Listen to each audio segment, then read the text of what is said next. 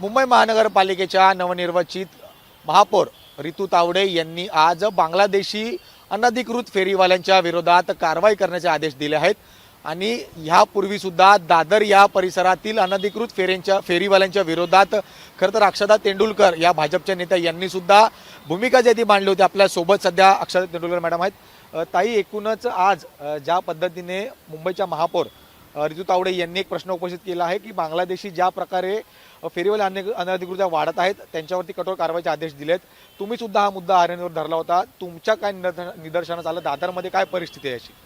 दादरमध्ये फेरीवाले बांगलादेशी आम्ही बरेच लोकांना बघितलेले आहेत, खास करून सकाळचे जे फ्रूट विकणारे आहेत ते, त्याच्यानंतर बरेच फेरीवाल्यांचे इथे काम करणारे माणसं म्हणून जे अचानक वाढलेले वेस्ट बेंगालमधले मुस्लिम आहेत, त्याच्यामध्ये मालदा, मुर्शिदाबाद, झारखंडमधले जे मुस्लिम आहेत, यूपी आणि बिहारचे तरी आपण म्हणू शकतो एक चलो भारतातले असू शकतो, पण वेस्ट बेंगालचे मुस्लिम आम्ही 100% खात्री आहे हे बांगलादेशी आहेत, रोहिंग्या आहेत। आणि त्याच्यानंतर जे मच्छी विकणारे मुस्लिम आहेत, घरी घरी आपण डोर टू डोर बघतो, हेही बांगलादेशी मुस्लिम आहेत। आणि इवन कन्स्ट्रक्शन साईटला का म्हणजे चीप लेबर मिळते बिल्डरांना, तेही मी म्हणते ह्याच्यावर पण कुठेतरी लक्ष द्यायला लागेल। हेही आपल्याला असं वाटतं की बांगलादेशी मुस्लिम असू शकतात, तर त्यांच्या जन्मपत्र हे चेक करायला हवं किंवा डॉमिसाईल चेक करा।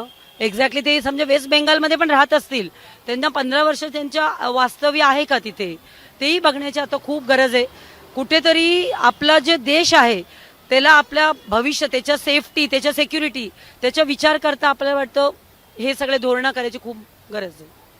अनधिकृत फेरीवाल्यांसोबतच त्यांच्या अनधिकृत कागदपत्रे सुद्धा आता उपलब्ध होताना पाहायला मिळतात। काही लोकांनी जे आहे ते या संदर्भातले चुकीचे किंवा अनधिकृत पद्धतीचे कागदपत्र असतील किंवा मग काही चुकीच्या डॉक्टरांकडून सुद्धा अशा प्रकारचे जन्मपत्र जे आहे ते लोकांपर्यंत पोहोचवण्याचा प्रयत्न होतो। तुम्ही काय सांगता, कशा प्रकारे? तुम्ही एक सांगा, हे 18-20 वर्षाचे मुलं जेव्हा धंदे लावायला दादरला येतात, आम्ही ज्यांना विचारतो हे दादरचे जो जागेवाला असं म्हणतात हे माझ्या जागे, ते अचानक ते दिवसाला 500 रुपये 800 रुपये रेंट घेतात, ते देतात हे लोक।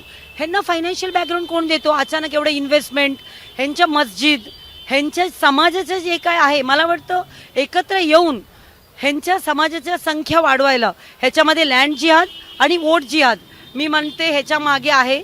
जेव्हा लास्ट खासदारकीच्या इलेक्शनला आपण बघितलेलं होतं की वोट जिहादच्या ह्याच्यामध्ये की आपले बरेच खासदार ह्याच्यामध्ये पडले होते, तर मला वाटतं ह्याच्या मागे खूप मोठा काहीतरी प्लॅनिंग आहे, ह्याचा अभ्यास करायला लागेल आपल्या BMCला।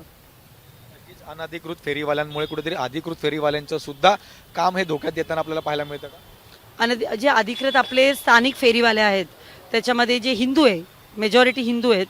2019 नंतर जे मुस्लिम फेरीवाले वाढलेत, ह्याच्या अगोदर जे हिंदू होते ना, त्यांच्या आम्हाला खरं काळजी वाटतं।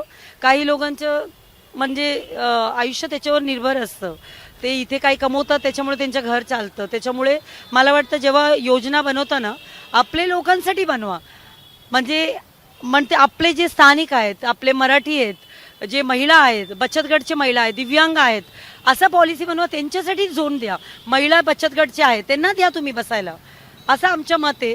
आणि फेरीवाल्यांच्या विषयात आम्ही जेव्हा तुम्ही अगोदर बोललात ना, जे सर्टिफिकेट्स देतात, ह्याच्यामागे काही डॉक्टर्स आणि स्थानिक मस्जिद ह्याच्यामध्ये इन्व्हॉल्व आहे। आपल्या इथे पण चेंबूर, अणुशक्तीनगरला नवाब मलिकांच्या मी म्हणते विधानसभेत पण मला वाटतं किरीट सोमय्याजींनी काही काढला होता विषय की तिथे इलिगली त्यांना बर्थ सर्टिफिकेट वगैरे देण्यात येतं।